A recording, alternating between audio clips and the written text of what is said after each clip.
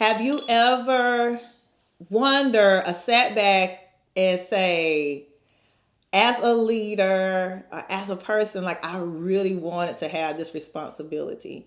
Many of you have something within your heart that you wanted to do, whether it's going into ministry, you wanted to advance in your career, you probably wanted to be an entrepreneur, and you wanted to be able to make a change in the world. You want to be able to make a significant impact, or you may be thinking about financial reasons of how you want to be able to move up to the next level. For spiritual reasons, you want to be able to continually grow.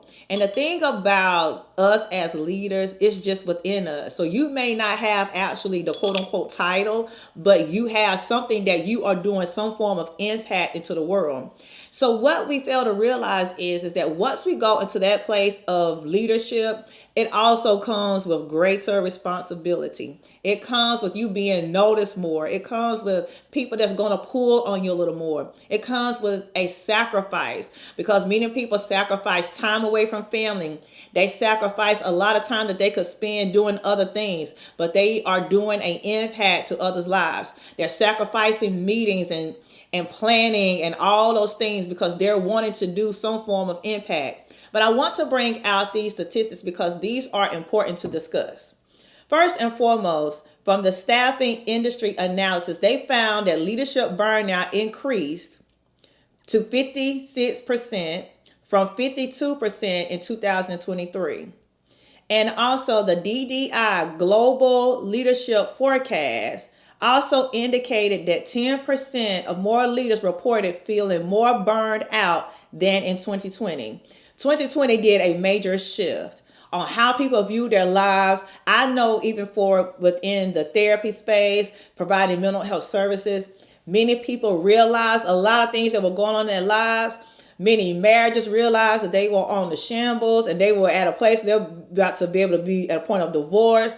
People began to realize that things weren't as that they were able to take things and kind of just go on autopilot, but now they had a moment to sit back and reflect. So with that moment of reflection, it also caused an increase, because you think about so many things are shifting in this world. And really, truly, since 2020, we have tried to come back from a change, but it's oftentimes hard. We're trying to handle various transitions, different things financially, so much that may be going on, family wise, personal, all those things can lead to a place of burnout. And when I think about this too, I want to read this out too. It says Forbes article mentioned that 36% of managers reported more than likely to be burned out. So it has just been an increase in stress. It also causes high turnover.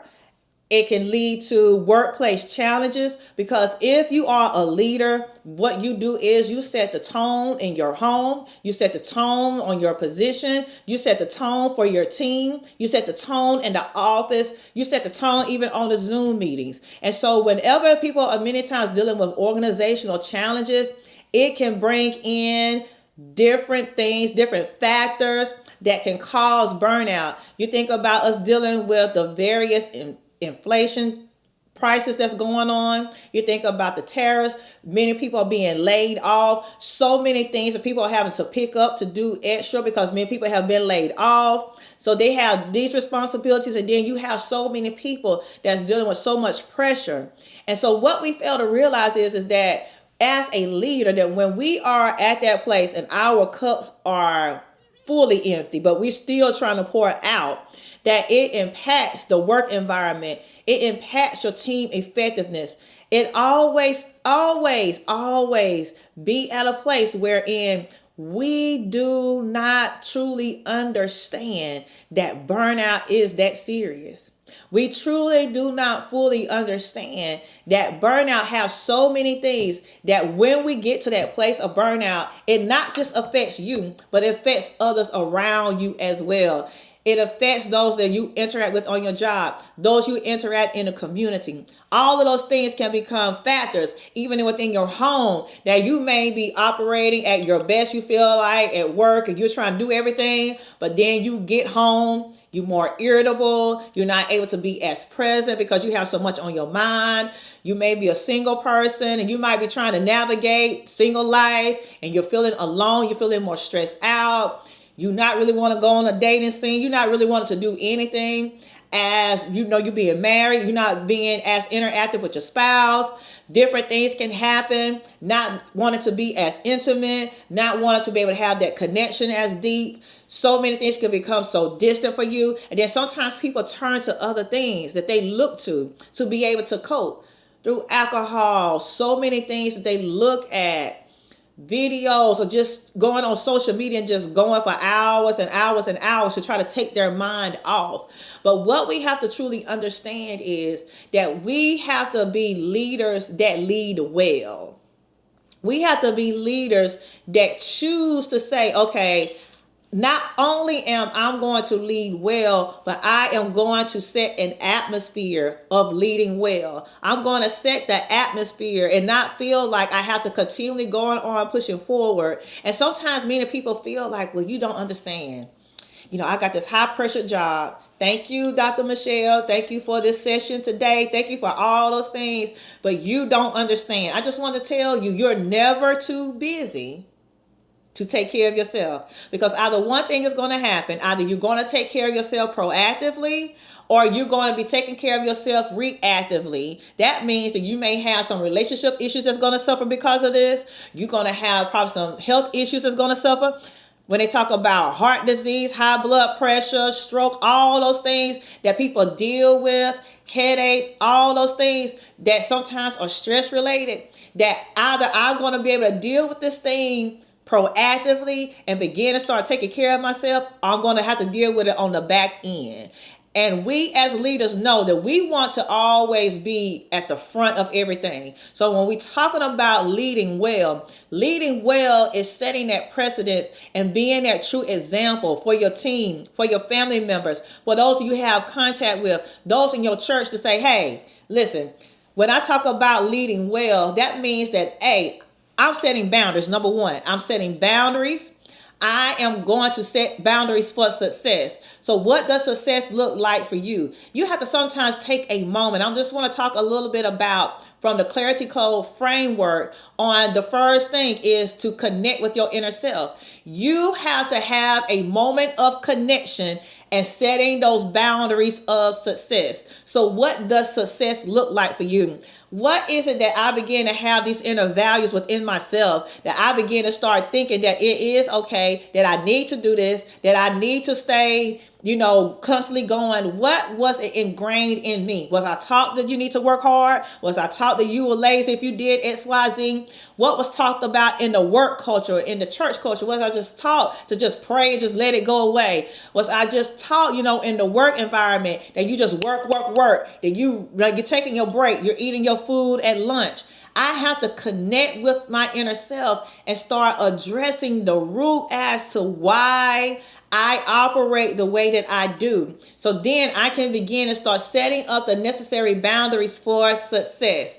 That means that I'm going to set up boundaries to ensure that I am taking care of myself. And I was laughing because I was at this event earlier today, and they talked about self-care, and they talked about just getting your nails done is body work. It's not self-care. And many times we think that it costs to be able to have some form of self-care. That we got to go pay, we got to go on this vacation, we got to do these major shifts. But I just want you to start thinking about, when I talk about connecting with your inner self, first of all, having that connection with how you start your day. How is it that you truly start your day? Are you starting your day out in a rush? Are you starting your day out saying, okay, I just got to get going? Are you hitting an alarm clock because you're so tired? How is it that you are starting your day? Starting your day with your connection with yourself, with some form of meditation, some form of prayer, sometimes even just singing in the shower with your favorite song from the 90s or the 80s or the 70s or the 40s.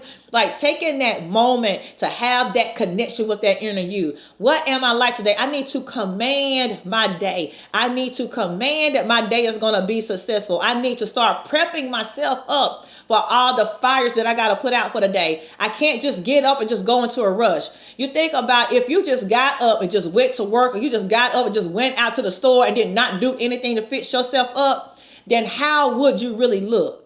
How would you really look, or how would you really look with just your hair, with your hair wrapped up, or you're a guy, you haven't really freshened yourself up, you haven't shaved, you just go out, just don't worry about your day, you just show up at the office. They're like, oh my gosh, what in the world?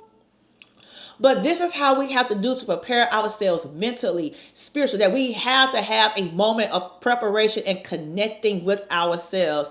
That means, what are the values? I need to start commanding my day, even if it's for 5 minutes, that I can start building up to just have a moment of centeredness before I wake up the children to get started on the day, before I even talk to my husband or to my wife or whoever that's there with me, that I begin to start setting myself up for the day, that when I come in, I'm more refreshed. I'm not constantly on rush. I'm not constantly on go, but I'm setting myself up. So I got to have that connection with my inner self. I got to do those self checks, and I got to figure out how I can begin to start commanding my day.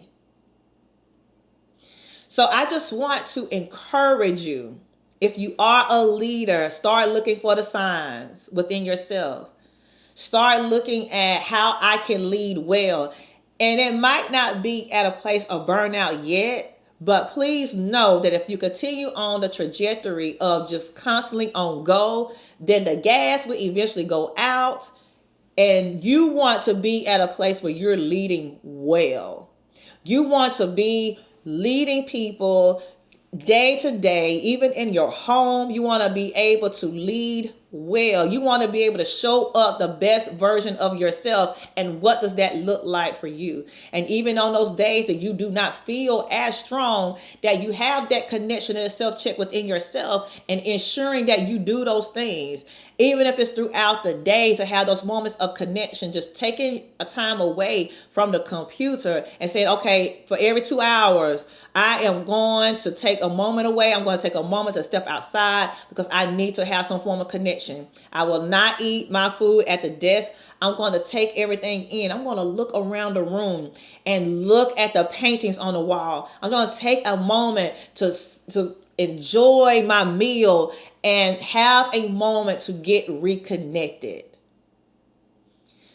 Then at the end of the day, when I come home and I've done everything, I'm going to have my time to unwind. I'm not just going to go to bed and just fall out, but I'm going to have a unwind time. Whether it's a warm shower, warm bubble bath, having a moment of reading time.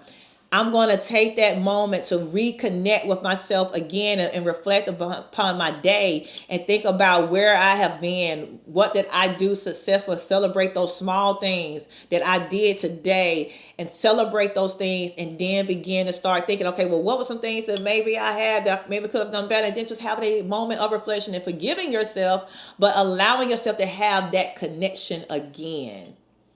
So I hope that this have given you some tips. If you are a leader and you're saying to yourself, I know that I need to do something a little better. I know that I need to start taking some changes. I know that I need to start shifting things a little bit different. I would like for you to start looking at the leadership burnout reset, because that will help you to begin to start resetting your life. It will help you to start looking at various areas in your life of how you can begin to start connecting with yourself, how you can begin to start liberating yourself from distractions, how you can begin to start working through challenges, how you can begin to start recognizing and refocusing where you are, and begin to look at your perspective so you can have a moment of clarity, so you can begin to start moving forward, so you can lead well. That is the key, is to lead well. Lead well. So if you have noticed some things about how you've been feeling today, or you've been feeling some things like, okay, I felt a little bit stressed, now is the time for you to hit the reset and begin to start thinking about how I can begin to start shifting your life. So I encourage you to not only to lead, but to lead well.